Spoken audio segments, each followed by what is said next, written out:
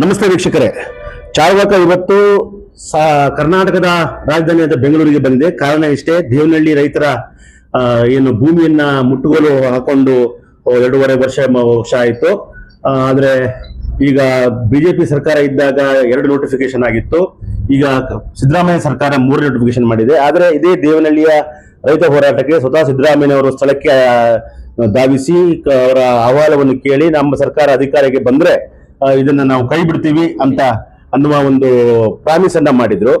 ಆದ್ರೆ ಈಗಿರುವ ಒಟ್ಟಾರೆ ಸ್ಥಿತಿ ನೋಡಿದ್ರೆ ಮೊನ್ನೆ ಏನು ದೇವನಹಳ್ಳಿಯ ಚಳವಳಿ ಹೋರಾಟವನ್ನು ಮಾಡಿದ್ರು, ಅಲ್ಲಿಯ ರೈತರನ್ನ, ಕೃಷಿ ಕೂಲಿ ಕಾರ್ಮಿಕರನ್ನ, ನಾಯಕರನ್ನ, ಮಕ್ಕಳನ್ನ ಎಲ್ಲರನ್ನೂ ಕೂಡ ಬಹಳ ಕೆಟ್ಟದಾಗಿ ನಡೆಸ್ಕೊಂಡ್ರು. ಒಂದು ರೀತಿಯ ಪೊಲೀಸ್ ರಾಜ್ಯ ನೋಡೋದ್ ರೀತಿಯಲ್ಲಿ ಕರ್ನಾಟಕ ಜನ ನೋಡುವಂತಾಯ್ತು.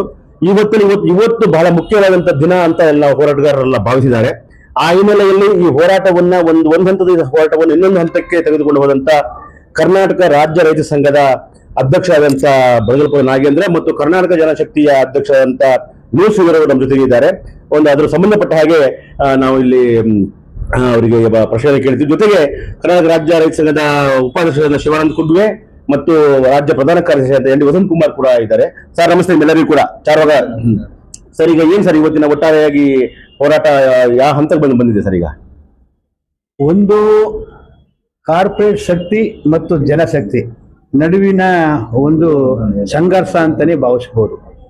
ಯಾಕಂದ್ರೆ ಯಾವುದೇ ಪಕ್ಷ ಬದಲಾಗಲಿ, ಯಾವುದೇ ವ್ಯಕ್ತಿ ಬದಲಾಗ್ಸಲಿ, ಕಾರ್ಪೊರೇಟ್ ಶಕ್ತಿಗಳಿಂದ ನೀತಿಗಳ ವಿರುದ್ಧ ಇರೋದಿಲ್ಲ. ಅವರು ಮತಕ್ಕೆ ಮಾತ್ರ ಜನ ಆಶ್ರಯಿಸ್ತಾರೆ, ಕೆಲಸ ಮಾತ್ರ ಕಾರ್ಪೊರೇಟ್ ಶಕ್ತಿಗಳು ಮಾಡ್ತಾರೆ.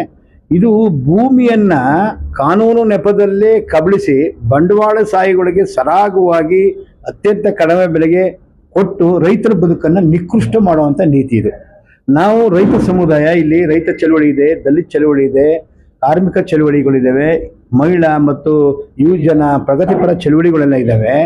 ಈ ನಾಡಿನಲ್ಲಿ ಈ ಬಸವಣ್ಣ ಹುಟ್ಟಿದಂಥ ನಾಡು, ಸಾಧು ಸೂಫಿಗಳು ತಿರುಗಾಡದಂಥ ನೆಲ, ತತ್ವೋಪದಾಧಕರು ತಿರುಗಾಡದಂಥ ನೆಲ.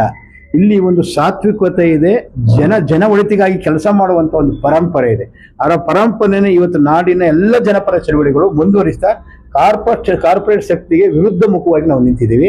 ಇಲ್ಲಿ ಸಿದ್ದರಾಮಯ್ಯ ಅವರಾಗ್ಬೋದು ಅಥವಾ ನರೇಂದ್ರ ಮೋದಿ ಆಗೋರು ನಮ್ಮ ಮುಖ್ಯ ಆಗಲ್ಲ. ಇಲ್ಲಿ ಆಡಳಿತದ ಕೈಗೊಂಬೆಗಳಾಗಿ ಯಾವುದೇ ಸರ್ಕಾರಗಳು ಇರ್ತವೆ. ಆ ಕೈಗೊಂಬೆಯನ್ನು ಬಿಟ್ಟು ಆಡಳಿತ ಮಾಡಿರೋ ನಾವು ಜನಪ್ರತಿನಿಧಿಗಳು ಎಚ್ಚರಿಕೆ ಕೊಡೋ ಜೊತೆಗೆ ಕಾರ್ಪೊರೇಟ್ ನೀತಿಗಳನ್ನು ಧಿಕ್ಕರಿಸಿ ನೇರ ಕ್ರಮದ ಮುಖಾಂತರ ಹೋರಾಟ ಮಾಡುವ ಒಂದು ದೊಡ್ಡ ಚಳವಳಿ ಇದು.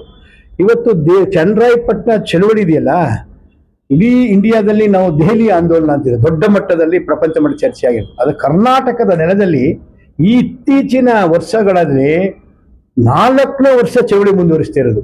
13 ಹಳ್ಳಿಯ ಜನ, ಅವ್ರು ಯಾವ ನಾಯಕತ್ವನೂ ಇಲ್ಲದೆ, ಯಾರ ಸಹಕಾರನೂ ಇಲ್ಲದೆ ತಮ್ಮ ಭೂಮಿಯನ್ನು ಉಳಿಸ್ಕೋಬೇಕು, ಬದುಕನ್ನು ಉಳಿಸ್ಕೋಬೇಕು ದಿಟ್ಟ ನೆಲವಿನಿಂದ ಸರ್ಕಾರ ಎಷ್ಟೇ ಬಲ ಪ್ರಯೋಗ ಮಾಡಿದ್ರು ಕೂಡ, ಎಷ್ಟೇ ಒಡೆದಾಳ ತಂತ್ರ ಮಾಡಿದ್ರು ಕೂಡ ಒಗ್ಗಟ್ಟಿನಿಂದ ಭೂಮಿನ ಉಳಿಸ್ಕೊಳ್ಳೋಕೆ ಕೊಟ್ಟಿದ್ರಲ್ಲ, ಇದು ಇಂಡಿಯಾದ ಭವಿಷ್ಯ, ಇದು ಜನರ ಭವಿಷ್ಯ. ಇಂಥ ಚಳುವಳಿಗೆ 25ನೇ ತಾರೀಕು ದೇವನಹಳ್ಳಿ ಚಲೋ ಆದಾಗ ಒಂದು ಇಡೀ ರಾಜ್ಯದ ನಾಡಿನ ಮೂಲೆ ಮೂಲೆಗಳಿಂದ ಚಳವಳಿಗಾರರು, ಸಾಹಿತಿಗಳು, ಕಲಾವಿದರು ಬಹಳಷ್ಟು ಸಾವಿರಾರು ಸಂಖ್ಯೆಯಲ್ಲಿ ಬಂದು ಸೇರಿದ್ರು. ಲಕ್ಷಾಂತರ ಮನಸ್ಸುಗಳು ಇದಕ್ಕೆ ಸಪೋರ್ಟಿವ್ ನಿಂತ್ಕೊಂಡೆ ರಾಜ್ಯದಲ್ಲಿ. ಅದು ದೊಡ್ಡ ಒಂದು ಚಳವಳಿ ಸಿಕ್ಕಿರುವಂಥ, ಚಳವಳಿಗೆ ಬೆಂಬಲಿಸುವಂಥ, ಅದಕ್ಕೆ ಚಳವಳಿಗೆ ಮೈಲುಗಲ್ಲು, ಚಳವಳಿಗೆ ವಿಶ್ವಾಸ ತುಂಬುವಂಥದ್ದು. ಅಲ್ಲಿ ದೇವನಹಳ್ಳಿಯಲ್ಲಿ ಯಾವುದೇ ಸರ್ಕಾರ ಬಂದು ಪೊಲೀಸ್ ಬಲ ಪ್ರಯೋಗದ ಮುಖಾಂತರ ಚಳವಳಿನ ಹಿಮ್ಮೆಡಿಸೋಕ್ಕೆ ಪ್ರಯತ್ನ ಮಾಡ್ತವೆ. ಅದರಲ್ಲಿ ಅವರು ಸರ್ಕಾರಕ್ಕೆ ಮಿಸ್ಗೈಡ್ ಮಾಡಿ ಕಮ್ಯುನಿಕೇಶನ್ ಗ್ಯಾಪ್ ಆಗಿ ಅವತ್ತು ಪೊಲೀಸು ದೌರ್ಜನ್ಯ ಮೆರೆದ್ರು. ನಾನು ಅವ್ರಿಗೆ ಕಣ್ಸೋದ್ ಜೊತೆಗೆ ಥ್ಯಾಂಕ್ಸ್ ಹೇಳ್ತೀನಿ. ಪೊಲೀಸರು ಚಳವಳಿಗಾರನ ಎಲ್ಲಿ ಮುಟ್ತಾರೋ ಅಲ್ಲಿ ಚಳವಳಿ ಭುಗಿಲೇಳುತ್ತೆ. ಆ ಥರ ಭುಗಿಲೆದ್ದಿದೆ. ನಾವು ಸಿದ್ದರಾಮಯ್ಯನವರು ಮಧ್ಯ ಪ್ರವೇಶ ಮಾಡಿದ್ರು. ನಾನು ಪಾಸಿಟಿವ್ ತೀರ್ಮಾನ ತಗೊಳ್ತೀನಿ, ಒಂದು ವಾರ ಸಭೆ ಕರಿತೀವಿ, ಚಳವಳಿನ ತಗೊಳ್ಳಿ ಅಂದರು. ಆ ಹಿನ್ನೆಲೆಯಲ್ಲಿ ದೇವನಹಳ್ಳಿ ಹೋರಾಟ ಮತ್ತು ದೇವನಹಳ್ಳಿ ನಡೆಸಿದ್ದಂಥ ಹೋರಾಟ ಮತ್ತು ನಾವು ಜೈಲಿಗೆ ಹೋಗುವಂಥ ಕಾರ್ಯಕ್ರಮವನ್ನು ತಾತ್ಕಾಲಿಕವಾಗಿ ವಾಪಸ್ ಪಡೆದು ಇಲ್ಲಿ ಸ್ವಾತಂತ್ರ್ಯ ಉದ್ಯಾನವನಕ್ಕೆ ಬಂದಿದ್ದೀವಿ. ಸ್ವಾತಂತ್ರ್ಯ ಉದ್ಯಾನದಲ್ಲಿ ಇನ್ನಷ್ಟು ಮಹಾಪೂರ್ವವಾದಂಥ ಜನತೆಯ ಒಂದು ಬೆಂಬಲ ಸಿಕ್ಕಿದೆ. ಇವತ್ತು ಮಾತುಕತೆಗೆ ಸಿದ್ದರಾಮಯ್ಯರು ಕರೆದಿದ್ದಾರೆ. ಇದರಲ್ಲಿ ಸಿದ್ದರಾಮಯ್ಯರು ಕರೀತಾರೆ. ಇವತ್ತು ಮಾತುಕತೆಯಲ್ಲಿ ಸಂಪೂರ್ಣ ಆಗ್ಬೋದು, ಬಿಡ್ಬೋದು. ಆದರೆ ಈ ಚಳವಳಿ ಗೆದ್ದೇ ಗೆಲ್ತೀವಿ. ಗೆಲ್ಲೋವರೆಗೂ ಕೂಡ ನಾವು ಬೆಂಗಳೂರು ಬಿಟ್ಟು ಹೋಗಲ್ಲ. ಆದರೆ ಸರ್ಕಾರ ನಮ್ಮ ವಿರುದ್ಧ ನಿಂತ್ಕೊಂಡ್ರೆ ಸರ್ಕಾರ ಹಳ್ಳಿಗಳು ಕಾಲಕ್ಕಾಗಲ್ಲ, ಖಂಡಿತ ಅದು ಪತನೆ ಮಾಡೇ ಮಾಡ್ತೀವಿ. ಸರ್ ನಮಸ್ಕಾರ ಸರ್. ಪ್ರಾಯಶಃ ಕರ್ನಾಟಕದ ಸಾಮಾಜಿಕ ಬದಲಾವಣೆಯಲ್ಲಿ ಬಹಳ ಮುಖ್ಯವಾಗಿ ದೇವರಾಜ ಅರಸು ಅವರು ಮಾಡಿದ್ರು. ಅಂತ ಹೊತ್ತಲ್ಲೂ ಕೂಡ ವಿಮರ್ಶೆಗಳು ಇವೆಲ್ಲ ಇದ್ರೂ ಕೂಡ ಯರದಾರಯ್ಯವರು ಅವರಿಗೆ ಬೆಂಬಲಿಸಿರಲಿಲ್ಲ. ಆದ್ರೆ ಬಹಳ ಮುಖ್ಯವಾಗಿ ಈ ಎದ್ದೇಳು ಕರ್ನಾಟಕದ ಮೂಲಕ ಎಲ್ಲ ಜನಪರ ಸಂಘಟನೆಗಳು ಪ್ರಧಾನ ಶತ್ರುವಾದಂತ ಕೋಮುವಾದಿ ಪಕ್ಷ ಬರಬಾರದು ಮತ್ತು ಈ ಕಾರಣಕ್ಕಾಗಿ ಎದ್ದೇಳು ಕರ್ನಾಟಕದ ಮೂಲಕ ಒಂದು ಕಾಂಗ್ರೆಸ್ ಸರ್ಕಾರ ಬರುವ ನಿಟ್ಟಿನಲ್ಲಿ ನಾವೆಲ್ಲರೂ ಕೂಡ ಕೆಲಸ ಮಾಡಿದ್ದೀವಿ. ಆದ್ರೆ ಈ ಇಂಥ ಒಂದು ತೀರ್ಮಾನಕ್ಕೆ ಇಷ್ಟು ದಿನ ಆಯ್ತಾ? ಅದಕ್ಕೆ ನನಗೆ ಸಂಪುಟ ಸಭೆ ಮಾಡ್ತೀನಿ ಅಂತ ಹೇಳಿದ್ರು, ಅಲ್ಲಿ ಸಭೆಯಲ್ಲಿ ಪ್ರಸ್ತಾಪ ಮಾಡಿಲ್ಲ ಅಂದ್ರೆ ಎಲ್ಲ ಒಂದು ಸಮಾಜವಾದಿ ಸಿದ್ದರಾಮಯ್ಯ ಮಾತು ಸೋತಿದ್ದಾರೆ ನಿಮ್ಗೆ ಅನಿಸ್ತಾ ಇದೆಯಾ? ಅಲ್ಲ, ನನ್ಗನ್ಸೋದೇನಿಲ್ಲ, ಇಡೀ ಕರ್ನಾಟಕಕ್ಕೆ ಅನಿಸ್ತಾ ಇದೆ. ಸಂಯುಕ್ತ ಹೋರಾಟ ಕರ್ನಾಟಕನೇ ಅವರು ಸಾಧನಾ ಸಮಾವೇಶ ಮಾಡಿದ ದಿವಸನೇ ಜನಾಗ್ರಹ ಸಮಾವೇಶ ಅಂತ ಮಾಡಿದ್ವಿ. ಅವತ್ತು ಸ್ಪಷ್ಟವಾಗಿ ಇಡೀ ನಮ್ಮೆಲ್ಲರದು, ಒಬ್ರದಲ್ಲ, ಎಲ್ಲಾ ರೈತ ಸಂಘಟನೆ, ಕಾರ್ಮಿಕ, ದಲಿತ, ಮಹಿಳಾ ಎಲ್ಲಾ ಸಂಘಟನೆಗಳ ಸಂಯುಕ್ತ ಘೋಷಣೆ, ನೀವು ಮಾಡಬೇಕಾಗಿದ್ದು ಸಾಧನಾ ಸಮಾವೇಶ ಅಲ್ಲ, ಅವಲೋಕನ ಸಮಾವೇಶ ಅನ್ನೋದು ನಮ್ಮ ಇದು. ಈ ಸರ್ಕಾರ ಪಟ್ಟ ಮಾತನ್ನು ತಪ್ತಾ ಇದೆ ಅನ್ನೋದೇ ನಮ್ಗೆ ಕ್ಲಿಯರ್. ಅದಿದು ಬಿರ್ಲಿ, ಬಿಜೆಪಿ ತಂದ ಕಾನೂನುಗಳು ಅದನ್ನ ಜನ ಏನು ಫೈಟ್ ಮಾಡ್ತಿದ್ರು, ನೀವೇನು ವಿರೋಧ ಮಾಡಿದ್ರಿ, ವಿಧಾನಸಭೆಯಲ್ಲೂ ಹೋರಾಟ ಮಾಡಿದ್ರಿ, ಅಂಡ್ ಬೀದಿಯಲ್ಲೂ ಬಂದು ನಮ್ಮ ಜೊತೆ ಕೂತಿದ್ರಿ, ನಮ್ಮ ಸುಮಾರು ಕಾರ್ಯಕ್ರಮ ಭಾಷಣ ಮಾಡಿದ್ರಿ, ನಮ್ಮ ಕಿಸಾನ್ ಪಂಚಾಯತಿಯಲ್ಲಿ ಬಂದು ಸೈನ್ ಮಾಡಿ ಹೋಗಿದ್ರಿ, ನಿಮ್ಮ ಪ್ರಣಾಳಿಕೆಯಲ್ಲಿ ಪ್ರಿಂಟ್ ಹಾಕಿದ್ರಿ, ಎಲ್ಲವನ್ನು ಮರೆತು ಹಣದ ದಾಹದಲ್ಲಿ, ಅಧಿಕಾರದ ದಾಹದಲ್ಲಿ ನೆಗ್ಲೆಕ್ಟ್ ಮಾಡಿ ಹುಚ್ಚು ಕುದುರೆ ಮೂಡ್ತಿದ್ವಿ ಸರ್ಕಾರ. ದೇವನಹಳ್ಳಿಯ ಹೋರಾಟ ಹುಚ್ಚು ಕುದುರೆಗೆ ಒಂದು ಲಗಾಮು ಬಿಗಿದಿದೆ. ಹೋರಾಟದ ಯಾವಾಗ ಹೆಂಗ್ ಸೆಟ್ಲ್ ಆಗುತ್ತೆ ಅನ್ನೋದು ಸೆಕೆಂಡರಿ ಕ್ವಶನ್. ಈ ಹುಚ್ಚು ಕುದುರೆಯ ಓಟ ಏನಿತ್ತಲ್ಲ, ನಡೆಯಲ್ಲ ಹುಚ್ಚು ಕುದುರೆ ಓಟ ಅಂತೇಳಿ ದೇವನಹಳ್ಳಿ ಹೋರಾಟ ಚಾಲೆಂಜ್ ಮಾಡಿದೆ. ಸರ್, ಈಗ ನೀವು ದೇವನಹಳ್ಳಿ ಚಲುವಳಿಯಿಂದ ಸ್ವತಂತ್ರ ಉದ್ಯಾನವನಕ್ಕೆ ಶಿಫ್ಟ್ ಮಾಡಿದ್ರಿ, ಜೈಲಿಗೆ ಹೋಗೋದು ಹೊತ್ತಿಗೆ ಬ್ರೇಕ್ ಆಯ್ತು.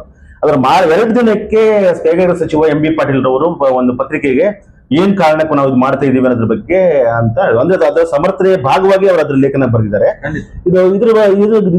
ಇದ್ರ ಅವರ ಮಾತಿನ ಬರವಣಿಗೆ ವಿನ್ಯಾಸ ನೋಡಿದ್ರೆ ನಿಮ್ಗೆ ಏನ್ ಅನ್ಸುತ್ತೆ? ಎಲ್ಲೋ ಒಂದ್ ಕಡೆ ಸಿದ್ದರಾಮಯ್ಯನವರು ಎಂ ಬಿ ಪಾಟೀಲ್ ಮುಂದ್ಬಿಟ್ಟು ಎಲ್ಲ ರಿಲೇಷನ್ ಬಿಸಿನೆಸ್ ಇಳಿದಿದಾರ ಅಂತ? ಇಲ್ಲ, ದೇವನಹಳ್ಳಿ ಹೋರಾಟ ನಮ್ದು ಶುರು ಆದಾಗ ಮುಖ್ಯಮಂತ್ರಿಗಳು ನಮ್ಗೆ ಕೊಟ್ಟ ಮಾತು ಏನಪ್ಪಾ ಅಂದ್ರೆ, ನಮ್ಗೆ ಸಮಯ ಕೊಡಿ, ರೈತರ ಪರವಾಗಿ ಪಾಸಿಟಿವ್ ಆಗಿ ಸೆಟ್ಲ್ ಮಾಡ್ತೀವಿ ಅಂತಾನೆ ಹೇಳಿದ್ರು.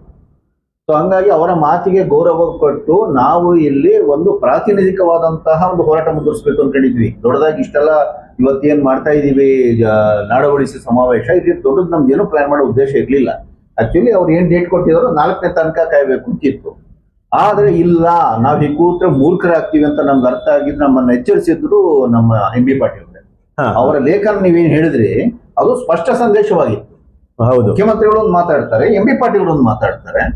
ಎಂ ಬಿ ಪಾಟೀಲ್ ಅವರ ಸ್ಥಾನ ಬೇರೆ ಬೇರೆ ಕಾರಣಕ್ಕೋಸ್ಕರ, ನಾನು ಯೋಸಕ್ಕೂ ಅಲ್ಲ, ಬೇರೆ ಬೇರೆ ಕಾರಣಕ್ಕೋಸ್ಕರ ಅವರೊಂದು ಕೀ ಸ್ಥಾನದಲ್ಲಿದ್ದಾರೆ. ಈ ಕೀ ಸ್ಥಾನ ಇಷ್ಟು ಸಮರ್ಥನೆ ಹೇಳ್ತಿದ್ದಾರೆ, ಈ ಸರ್ಕಾರ ಅಷ್ಟು ಸುಲಭ ತಗೊಳ್ಳಲ್ಲ. ಹಂಗಾಗಿ ಜನದನಿ ಗಟ್ಟಿಗೊಳ್ಳದೆ ಸರ್ಕಾರವನ್ನ ಒಪ್ಪಿಸಲು ಮಣಿಸಲು ಸಾಧ್ಯ ಇಲ್ಲ ಅನ್ನೋದಕ್ಕೋಸ್ಕರನೇ ಇವತ್ತು ಜನಾಗ್ರಹ ಸಮಾವೇಶ ಮಾಡಿದ್ದು ಮತ್ತೆ ಇದಾಗಿದ್ದು. ಈ ಒಂದು ವಾರದಲ್ಲಿ ಏನು ಜನ ಬೆಂಬಲ ಈ ವಿಚಾರಕ್ಕೆ ಹೊರತಾಗಿದೆ, ಇದು ಅಭೂತಪೂರ್ವ. ನನ್ನ ಪ್ರಕಾರ ಇತ್ತೀಚಿನ ಇತಿಹಾಸದಲ್ಲಿ, ಮೊದಲು ನನಗೆ ಗೊತ್ತಿಲ್ಲ, ಹಳೆ ಇದರಲ್ಲಿ ನಾವು ಇಲ್ಲದ್ದು ತಲೆಮಾರು ಆಗಿರುತ್ತೆ, ನನ್ನ ಜೀವಿತಾವಧಿಯಲ್ಲಿ ಇದು ಒಂದು ಇಡೀ ಕರ್ನಾಟಕದ ಸಮಸ್ತರು ಒಂದೇ ನಿಲುವು ಬರುವಂತದ್ದು, ಒಂದೇ ಎಲ್ಲಾ ಸಂಘಟನೆಗಳ. ಇದ್ರ ಮಧ್ಯೆ ಒಂದು ಮಾತು ಹೇಳ್ತೀನಿ. ಕೆಲವು ಪತ್ರಕರ್ತರು, ಕೆಲವು ವಿಮರ್ಶಕರು ಎದ್ದೇಳು ಕರ್ನಾಟಕದ ಮೂಲಕ ನೀವು ಇವರನ್ನ ಬೆಂಬಲಿಸಿದ್ರಿ, ಬೇರೆ ಬೇರೆ ಆಯಕಟ್ಟಿನ ಜಾಗದಲ್ಲ ನಿಮ್ಮವರೆಲ್ಲ ಕುಳಿತು ನಿಮ್ಮ ಮಾತನ್ನು ಎಲ್ಲಿ ಕೇಳ್ತಾರೆ ಅವರು ಅನ್ನೋ ರೀತಿ ನೆಗೆಟಿವ್ ಆಗಿ ಮಾತಾಡಿದ್ರು. ನಾವು ಎಂದೂ ಕೂಡ ಈ ಸರ್ಕಾರ ಬಂದ್ಬಿಟ್ಟು ಜನರ ಆಕಾಂಕ್ಷೆಗಳನ್ನು ಈಡೇರಿಸುತ್ತೆ, ನೀವು ವೋಟ್ ಹಾಕಿ ಅಂತ ಒಂದು ಮಾತಾಡಿಲ್ಲ. ನಮ್ಮ ಇಡೀ ಕ್ಯಾಂಪೇನು ಕಾಂಗ್ರೆಸ್ನು ಕೂಡ ಅಷ್ಟೇ ತೀವ್ರ ವಿಮರ್ಶೆ ಮಾಡಿದ್ವಿ. ಇಡೀ ಕ್ಯಾಂಪೇನ್ ಅಲ್ಲಿ ಜನ ಕಾಂಗ್ರೆಸ್ ವಿಮರ್ಶೆ ಮಾಡಿದ್ರೆ ನಾವು ಡಬಲ್ ವಿಮರ್ಶೆ ಮಾಡಿದ್ವಿ ಕಾಂಗ್ರೆಸ್ನ ಇತಿಹಾಸ ನಮಗೆ ಗೊತ್ತಿದೆ, ಅದು ಏನೆಲ್ಲ ತಪ್ಪು ಮಾಡ್ತಾ ಬಂದಿದೆ. ನಾವು ಜನರಿಗೆ ಬಿಜೆಪಿಗೆ ಸೋಲಿಸಿ ಅಂತ ಹೇಳಿದ್ದು ಕಾಂಗ್ರೆಸ್ ಬಹಳ ಚೆನ್ನಾಗಿ ಮಾಡ್ತಿದೆ ಅಂತಲ್ಲ, ಇದು ಬಹಳ ಒಂದು ಇಡೀ ಸಂವಿಧಾನದ ಬುಡಕ್ಕೆ ಕೈ ಹಾಕಿರುವಂತಹ ಪೂರ್ಣಾತಿಪೂರ್ಣ ಜನವಿರೋಧಿಯಾಗಿ ನಿಲುವುಕೊಂಡಿರುವಂತಹ, ಜನರ ಮನುಷ್ಯನಲ್ಲಿ ವಿಷದ ನಂಜನ್ನು ಬೆಳೆಸಿದ ನಮ್ಮ ನೆಲದ ಸಂಸ್ಕೃತಿನೇ ನಾಶ ಮಾಡ್ತಿರುವಂತಹ ಈ ದುಷ್ಟ ಶಕ್ತಿಗಳು, ಸರ್ವಾಧಿಕಾರಿ ಶಕ್ತಿಗಳು, ಸಂವಿಧಾನ ವಿರೋಧ ಶಕ್ತಿಗಳು ಅಧಿಕಾರದಲ್ಲಿ ಕೂಡಬಾರ್ದು, ಅವ್ರನ್ನ ಸೋಲಿಸಬೇಕು. ಅವ್ರು ನಾವು ಕೊಟ್ಟಿದ್ದ ಇಂಗ್ಲಿಷ್ ಅಲ್ಲೂ defeat the devil fight the evil, ಇದು ನಮ್ಮ ಸ್ಲೋಗನ್. ಅವರನ್ನ ಯಾರೇ ಇವ್ರು ಮಾಡ್ತಾರೆ, ಈ ದುಷ್ಟ ಶಕ್ತಿಗಳನ್ನು ಸೋಲಿಸೋಣ, ಯಾರೇ ಅಧಿಕಾರ ಬಂದರೂ ಅವ್ರ ಜೊತೆ ಹೋಗಿ ಗುದ್ದಾಡೋಣ, ಇದು ನಮ್ಮ ಅವತ್ತಿನ ಸ್ಲೋಗನ್. ಆ ಸ್ಲೋಗನ್ ಇವತ್ತು ನಾವು ಜಾರಿಗೊಳಿಸ್ತಾ ಇದೀವಿ, ಮಿಕ್ಕೆಲ್ಲ ಸ್ನೇಹಿತರ ಒಡಗೂಡಿ.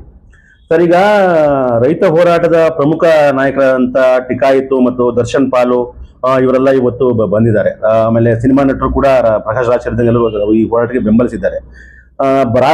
ಭಾರತ ಸರ್ಕಾರದ ಸೆಕ್ರೆಟರಿ ಆದವರು ಶರ್ಮಾ ಅಲ್ಲ ಸರ್, ಅವರ ಹೆಸರು ಶರ್ಮಾ ಅನ್ನೋರು ಯಾರೋ ಒಬ್ರು ಶಾಲಿನಿ ರಜನೀಶ್ ಅವರಿಗೆ ಈ ಯೋಜನೆಯನ್ನು ಕೈ ಬಿಡಿ ಅಂತ ಹೇಳಿ ಪತ್ರ ಬರೆದಿದ್ದಾರೆ. ನಮ್ಮ ಹೋರಾಟದ ಒಡನಾಡಿ ಅಂತ ಲಲಿತಾ ಮೇಡಮ್ ಅವರು ಅದನ್ನೆಲ್ಲ ಎಲ್ಲ ಕಡೆ ಶೇರ್ ಮಾಡಿದ್ದಾರೆ. ಸೊ ಇದ್ರ ಬಗ್ಗೆ ನಿಮ್ಗೆ ಏನ್ ಹೇಳ್ತೀರಿ ಸರ್ ನೀವು? ನೋಡಿ, ಈ ಚಳವಳಿ ಬರೀ ಕರ್ನಾಟಕದ ಗಡಿಯಲ್ಲಿ ಮಾತ್ರ ಇಲ್ಲ, ಮೀರಿ ಇಡೀ ರಾಜ್ಯದ ದೇಶದ ಎಲ್ಲ ರಾಜ್ಯಗಳಿಗೂ ತಲುಪಿವೆ. ಮುಖ್ಯವಾಗಿ ಆಡಳಿತ ಕೇಂದ್ರವಾದ ಡೆಲ್ಲಿಗೆ ತಲುಪಿದೆ. ವಿಶೇಷವಾಗಿ ಕಾಂಗ್ರೆಸ್ನ ಅಧ್ಯಕ್ಷರಾದಂಥ, ಕಾಂಗ್ರೆಸ್ನ ವಿರೋಧ ಪಕ್ಷಗಳಾದ ನಾಯಕರಾದಂಥ ರಾಹುಲ್ ಗಾಂಧಿ ಅವರು ಇತ್ತೀಚೆಗೆ ಜನಪರವಾಗಿ ಮಾತಾಡ್ತಾ ಇದ್ರು, ರೈತರ ವಿಷಯಗಳ ಬಗ್ಗೆ ಎತ್ತಿದ್ರು, ದಲಿತರ ಬಗ್ಗೆ ಹೇಳ್ತಿದ್ರು, ಸಾಮಾಜಿಕ ನ್ಯಾಯ ಮಾತಾಡ್ತಿದ್ರು. ಅವ್ರ ಮನಸ್ಸಿಗೂ ನಾಟುವಂಥ ಪ್ರಯತ್ನಗಳು ಆಗಿವೆ. ಅದನ್ನ ಚಳವಳಿ ಮುಖಾಂತರ ನಮ್ಮ ಚಳವಳಿ ಪರವಾಗಿರುವಂಥವ್ರು ತಲುಪಿಸಿದ್ದಾರೆ. ಆ ಪ್ರಯತ್ನವೂ ಆಗಿದೆ. ಕೇರಳದಲ್ಲಿ ನಮ್ಮ ಪರವಾಗಿ ಚಳವಳಿ ಆಗಿದೆ.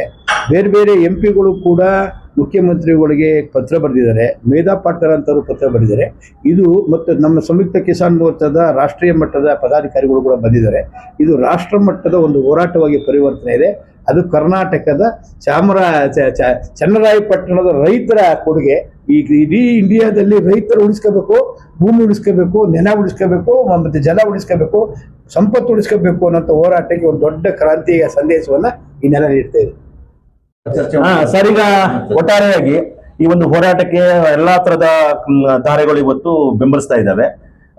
ಇದರ ಒಟ್ಟು ಇದು ಇವತ್ತು ನಡೆಯುವ ಸಭೆಯಲ್ಲಿ ಪಾಸಿಟಿವ್ ಆದ್ರೆ ಅಥವಾ ನೆಗೆಟಿವ್ ಆದ್ರೆ ಯಾವ ತರದ ಒಂದು ಪಾಸಿಟಿವ್ ಆದ್ರೆ ಯಾವ ತರ, ನೆಗೆಟಿವ್ ಆದ್ರೆ ಯಾವ ತರ ಸರ್? ನೆಗೆಟಿವ್ ಪ್ರಶ್ನೆನೇ ಇಲ್ಲ, ಫುಲ್ ಪಾಸಿಟಿವ್. ಸಪೋಸ್ ಈ ಸಿದ್ದರಾಮಯ್ಯ ಸರ್ಕಾರ ಮತ್ತೆ ಸಮಯ ಕೇಳಿದ್ರೆ ಸಮಯ ತಗೊಂಡ್ರೆ ಅದು ನೋಡೋಣ, ಸಮಯದ ಟೆಕ್ನಿಕ್ ವಿಚಾರ. ಆದ್ರೆ ಗೋಯಿಂಗ್ ಬ್ಯಾಕ್ ಏನಿಲ್ಲ. ನಾವ್ ಏನಿದ್ರು ಪಡ್ಕೊಳ್ಳೋದೇ, ಇದು ಆಲ್ರೆಡಿ ನೈತಿಕ ಗೆಲುವು ಆಗಿದೆ ಚಳವಳಿದು. ಪ್ರೋಸೆಸ್ ಹೆಂಗ್ ಕ್ಲಿಂಚ್ ಆಗುತ್ತೆ ಅನ್ನೋ ವಿಚಾರ ಬಿಟ್ರೆ ಇದು ಕ್ಲಿಯರ್ ಆಯ್ತು. ಇಡೀ ಕರ್ನಾಟಕ ಈಗ ಒಂದು ಕಡೆಯಾಗಿ ನಿಂತು ಹೇಳಾಯ್ತು, ತೀರ್ಪು ಕೊಟ್ಟಾಯ್ತು. ಆ ಕಡೆ ಸರ್ಕಾರ ಹಿಂದಡಿಕ್ಕುವ ಪರಿಸ್ಥಿತಿ ಕ್ರಿಯೇಟ್ ಆಗ್ಬಿಟ್ಟಿದೆ, ನೈತಿಕ ಗೆಲುವು ಆಗ್ಬಿಟ್ಟಿದೆ. ಅವ್ರು ಇನ್ನೂ ಏನಾದ್ರು ಅಂತ ದುಸ್ಸಾಹಸಗಳು ಮಾಡಕ್ ಹೋದ್ರೆ ಅದು ಆತ್ಮಹತ್ಯೆ. ಅಂತ ಆತ್ಮಹತ್ಯೆ ಮಾಡ್ಕೊಳ್ಳೋಷ್ಟು ಅವಿವೇಕಗಳಲ್ಲ ಅಂತ ಒಂದು ಕಾಸ್ಟ್ ವಿವೇಕ ಅವ್ರಿಗಿದೆ. ಸೊ ಹಂಗಾಗಿ ಅದು ಸ್ವಲ್ಪ ಆ ಕಡೆ ಈ ಕಡೆ ಇರುತ್ತೆ. ಯಾವುದೇ ಒಂದು ವಿಚಾರದಲ್ಲಿ ನಾವು ಹೇಳ್ದಂಗೆ ಗೆರೆ ಕುಯ್ದಂಗೆ ಆಗೋದಿಲ್ಲ, ಸ್ವಲ್ಪ ಹಿಂಗಾಗುತ್ತೆ. ಬಟ್ ಈ ವಿಜಯ ಬಹಳ ದೀರ್ಘನೂ ಏನ್ ಎಳೆಯಲ್ಲ, ಒಂದು ಕಾಲಾವಧಿಯೊಳಗೆ ಮುಗಿತದೆ. ಇದು ಗೆಲುವಿನ ಜೊತೆ ಮುಕ್ತಾಯಗೊಂಡಿದೆ ಅಂತಾನೆ ಹೇಳ್ತೀನಿ. 13 ಹಳ್ಳಿಗಳಲ್ಲಿ ಕೆಲವುಗಳನ್ನು ಬಿಡ್ತೀವಿ ಅನ್ನೋ ಯಾವ್ದಾರ ಪ್ರಸ್ತಾಪ ಏನು ಇಲ್ಲ ಸರ್, ಯಾವ್ದು ಇಲ್ಲ. ಟೋಟಲ್ ನಮ್ಗೆಲ್ಲ ತೀರ್ಮಾನ ಆಗಿದೆ. ಕಮಿಟಿಯಲ್ಲಿ ಚರ್ಚೆ ಆಯ್ತು, ಆ ಹಳ್ಳಿಯ ಜನರ ಜೊತೆ ಗ್ರಾಮಸ್ಥರ ಕಮಿಟಿ ಜೊತೆ ಚರ್ಚೆ ಆಯ್ತು. ಯಾವ ಚೌಕಾಸಿ ವ್ಯವಹಾರನೂ ಇಲ್ಲ, ಆಲ್ ಅಂಡ್ ಔಟ್ ಡ್ರಾಪ್ ಅಷ್ಟೇ. ಸರ್, ಈಗ ಗುಂಡೂರಾಯರವರು ಮುಖ್ಯಮಂತ್ರಿ ಆದಾಗ ನರಗುಂದ ಬಂಡಾಯ ಆಯ್ತು. ಆ ಹೋರಾಟದಿಂದಾಗಿ ಅವರ ಸರ್ಕಾರ ಹೋಯ್ತು.